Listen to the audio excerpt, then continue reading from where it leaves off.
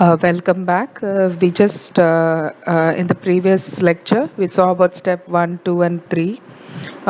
This is the domain model specification which we are discussing. As I was telling, this is the physical entity to which the virtual entity room and the appliance is mapped, because you need a virtual entity in order to talk to the physical entity.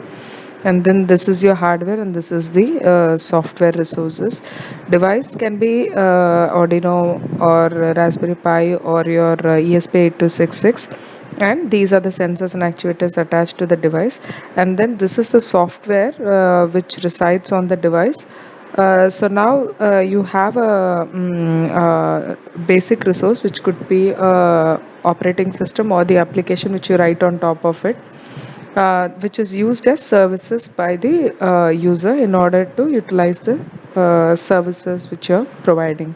So now, if you look at the whole diagram, there are some OOAD notations which you have already studied.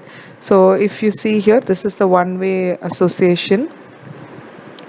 This is the one-way association, and this is the inheritance or generalization, which means that the on-device resource, which could be your operating system, or it could be your controller service kind of softwares which you write for the application to work. And these are the communication APIs and protocols which you will use. So now this is the basic resource which has been inherited, and then a specific task is added, specific functionality can be added to the available resource module. Okay, so now this tells us about the total domain model specification, and the whole idea about this, as I've already explained, is about if you want to work with any of the IoT applications. So it also requires the field in which the device is deployed. Maybe it could be a agricultural domain, or or it could be some what can I say, volcanic eruption you wanted to find out, or it could be anything like your telecommunication sector. So the domain knowledge and its mapping is mandatory. So that's step number 3. And step number 4 is your information model specification, which has this attributes for the virtual entity. So here you have a room and you have an ID for the room, and then the attribute is here will be your level, light level, and here it will be the appliance in the room which has a state, and the state can be on or off. So that is how this information about the entity is defined in step number 4. And step number 5 is actually the mapping between your process specification, step number 2, and your previous step. So with this you arrive at how many services you need. Mode service, which tells which mode, auto or manual.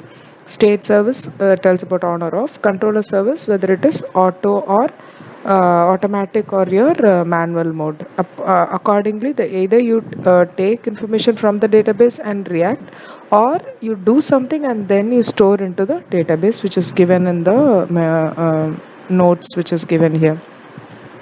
And then this is your service specification, which we already saw. There were 3 services: mode, state, and the controller. So mode uses REST architecture, and input will be auto or manual, accordingly the output. And this is the endpoint, which has home/mode, and the protocol is HTTP. And similarly, state, here also REST protocol, input is state on or off, accordingly output. And then the endpoint is home/state. Okay, and then the protocol is HTTP. And this controller is your native protocol, native coding which you write. Input will be both the mode and the state, accordingly you'll have the output, and you're scheduling this service to run it every 5 seconds. And this is IoT level specification, which you've already seen in previous units.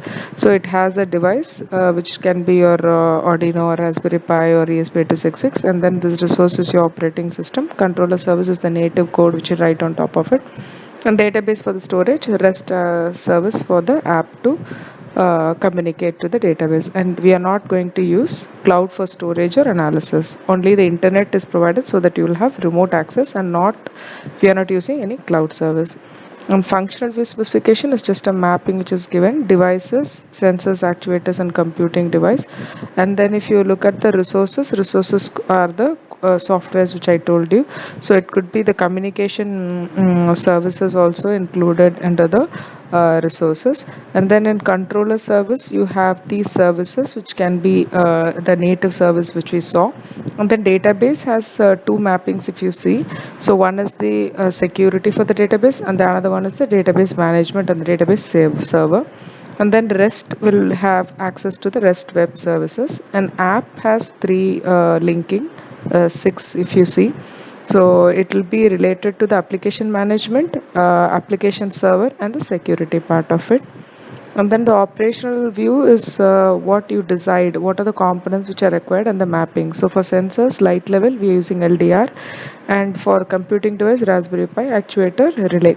So, and most of the application management and database management are done using Django and MySQL. A native service controller, and the web service is the REST architecture.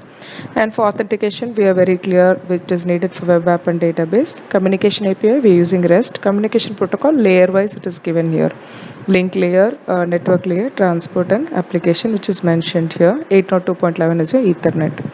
And then this is your device and component integration, where you buy all the components and then connect it to check. And this is the application development, which we have a small software written to do this. Either it is auto mode, auto or manual, so you decide accordingly. If auto is on, and then it reflects the current state of the light appliance. If the light appliance is on, this will glow or not. But if the auto mode is on, this will act like a switch, so you can either on or off. So with this we are concluding the IoT design methodologies. Thank you.